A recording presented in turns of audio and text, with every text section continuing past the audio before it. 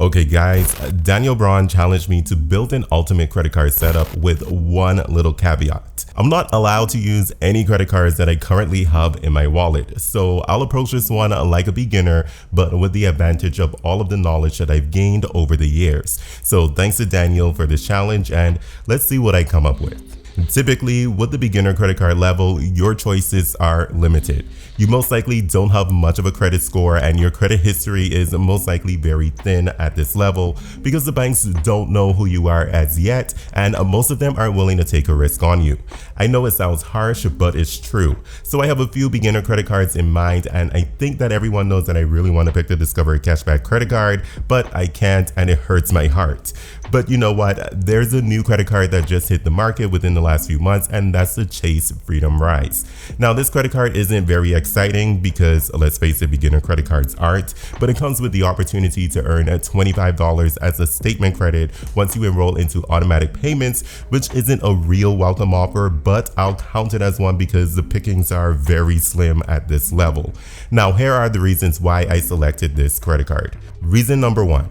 I currently bank with Chase, so having $250 in my checking account is a constant thing that doesn't require a behavior change from me, and this increases my approval odds according to Chase's website. In fact, because I do have some credit history with installment loans, that also gives me enough confidence that my application would be approved. Reason number two, this would allow me to begin accumulating points within the Chase ecosystem really early on at the beginner level, which will be much more valuable in the future, and I'll get into this a little later on in the video. And a lot of you veterans in the credit card game already know where I'm going with this. The Freedom Rise earns a 1.5% cashback on all eligible purchases, and that cashback is delivered in the form of ultimate reward points. Reason number three, the Freedom Rise comes with a no annual fee, and that's, in my opinion, the perfect scenario for a beginner credit card. In addition to this, Chase is also transparent about getting credit limit increases with this credit card, which means that I don't have to worry about being bucketed like certain other credit card issuers are known for doing with their customers. And for anyone out there who may be wondering what was my other choice for a beginner credit card, my second choice actually would have been the Apple Card. If you want to know why, watch the video link above. So at this level, I would say that I would have somewhere around 1 year of credit card account history on my credit report with a 1 year worth of on-time payments. So it is time to chase after credit cards that come with a decent welcome offer and is still a little bit at that entry level. This next card is none other than the Citi Custom Cash. Now, unlike the Freedom Rise, this credit card can actually be pretty exciting to hold and a strategic credit card to add to your wallet. So here are the reasons why I selected the Citi Custom Cash. Reason number one, this card comes with a very good welcome offer, which is $200 after spending a total of $1,500 within the first 6 months of account opening, which equates to a cool 13% return on spend. Also, this gets me into the Citi ecosystem to start building a relationship with Citibank because they do have a decent offering of credit cards. Reason number two, flexibility, and did I mention flexibility? Being able to earn 5% cash back on my highest spend category is extremely valuable at this stage in the game. Now, of course, we know that the trick is to use this credit card in just one of the eligible spend categories so that I never run into the issue of earning just 1% cash back on any of my purchases. For me, I will only put my grocery store transactions on this credit card and continue to use the Freedom Rise for all of my other spending since that credit card earns 1.5% cash back on all purchases. Also, on the side of flexibility, the cashback comes in the form of thank you points, which can be a bit more valuable in the future. Reason number three, this is also a solid no annual fee credit card, which is still a key part of the strategy at this stage in the game and allows me to get my feet wet with different reward categories, while also still earning valuable points that can be used for even better value in the future. Hey, if you're enjoying this little collaboration series between all of the credit card content creators, be sure to drop a like so that we know to do more like this in the future. I'm always down for a good collaboration. Just want to make sure that you all are enjoying it. Now that I have some skin in the game, it is time to take advantage of some of the relationships that I've been building with both Chase and Citibank. I've been hinting at the fact that both credit cards earn reward points, and that's because in this level, I'm going to unlock the potential to transfer those points out to transfer partners with the next two credit cards that would be in my ultimate wallet setup. The first credit card to join me at this level would be the Citi Premier, which represents the first credit card in this setup that comes with an annual fee. When starting out with annual fee cards, my approach is to start out with a smaller annual fee, so let's get into the reasons why I selected this credit card. Reason number one, the welcome offer is really solid. The current offer is at 60,000 thank you points after spending $4,000 within the first 3 months of account opening, but I ultimately wouldn't go after this offer if I can help it because Citi does increase its welcome offer from time to time to 80,000 thank you points with the same spend requirement.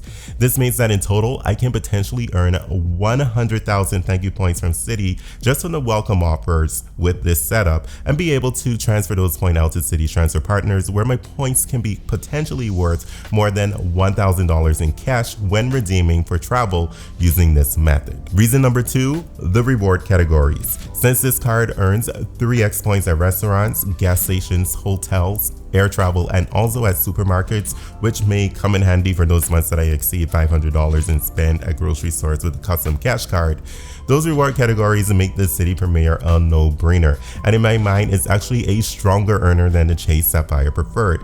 I typically don't like booking within travel portals, however, the 10x offering for hotel and car rental bookings is definitely tempting. Reason number three, the final reason is that there is an opportunity for this credit card to essentially be free with the $100 annual hotel credit. This is a little bit more limited because you do have to stay at a hotel that'll cost at least $500 for that single booking, but I can see myself taking advantage of that credit as I do want to travel a bit more over the next few years. For this level, I'm going to go after that premium level credit card that I have yet to add to my wallet, and I have yet to enter this stage in my credit card journey, so I have all of the popular premium travel cards at my disposal to choose from. Will it be the Amex Platinum, Capital One Venture X, or Chase Sapphire Reserve? Without further delay, it is the Amex Platinum card. I know that this decision was surprising because I have the Chase Freedom Rise in this setup, but hear me out. Reason number one, the saving grace for the Amex Platinum card is the statement credits.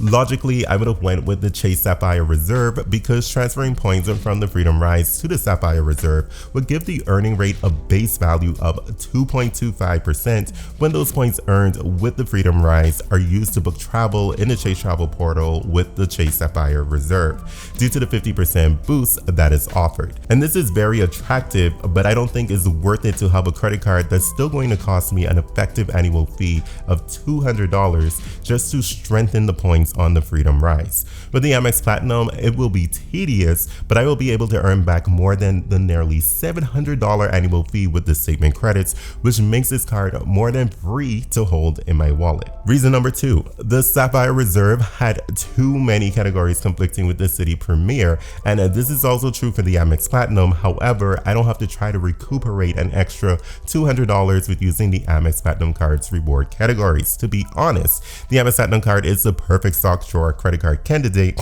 and I know that Amex wouldn't appreciate me referring to their beautiful luxury card in that manner.